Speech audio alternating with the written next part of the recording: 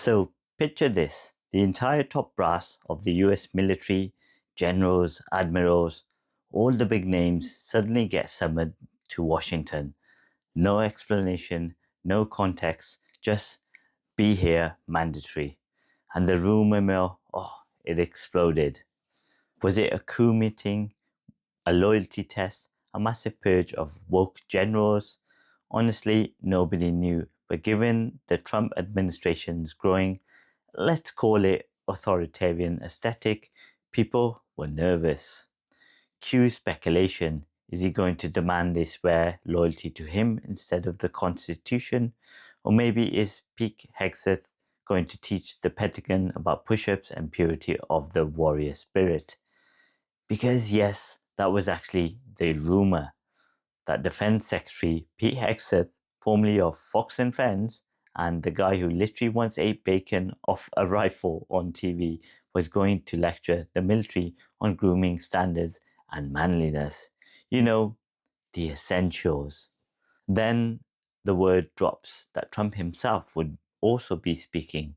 Okay, now we're talking high stakes, maybe some big reveal, new strategy, military expansion, a new loyalty oath. Nope, none of that. What we got was a circus. First up, Pete Hegseth.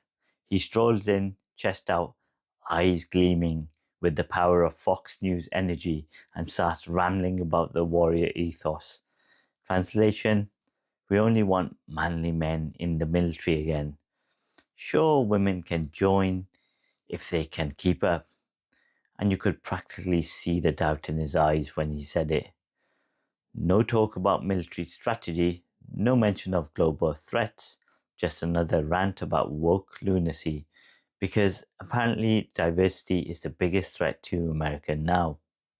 Now, maybe, just maybe, that would make sense if the military were actually falling apart because of pronouns, but it's not.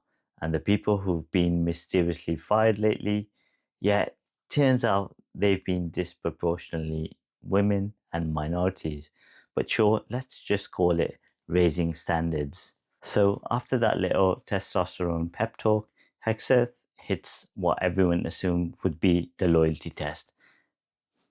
But instead of pledging allegiance to Trump or to some new authoritarian vision of America, it was just, if you support diversity or vaccine mandates or trans soldiers, please resign. That's it. That was the test. Then Trump takes the stage. And folks, if you wanted to convince the US military they were being led by complete idiots, you could not have scripted it better. He rambled. Oh, he rambled. Every Trump hit single was in the set list. Grievances, boasts, tariffs, insults, maybe a few verses about windmills killing birds.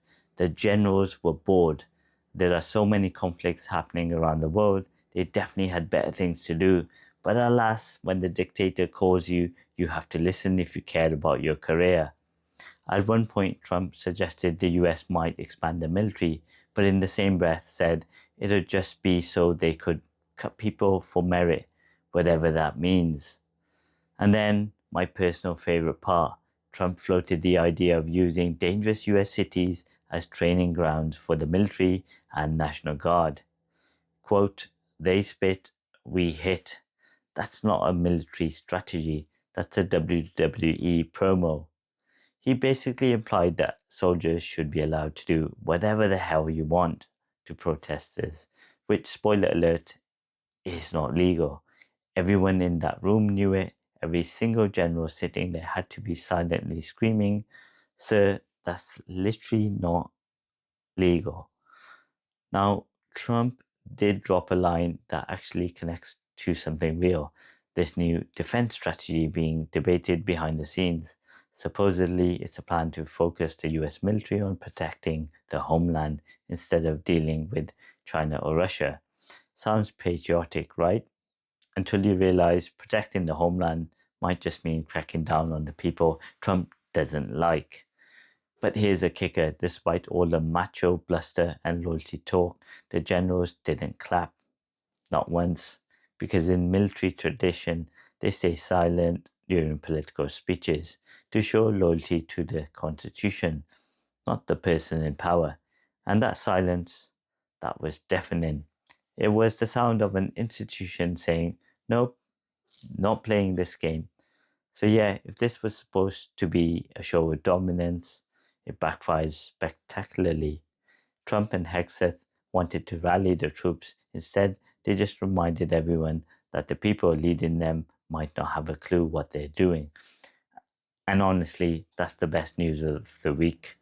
Thanks for watching, everyone. If you enjoyed this breakdown, hit that like button, subscribe for more no BS geopolitical analysis, and remember, if your leader starts ranting about warrior ethos, maybe, just maybe, it's not about strength, it's about control. I'll see you in the next one.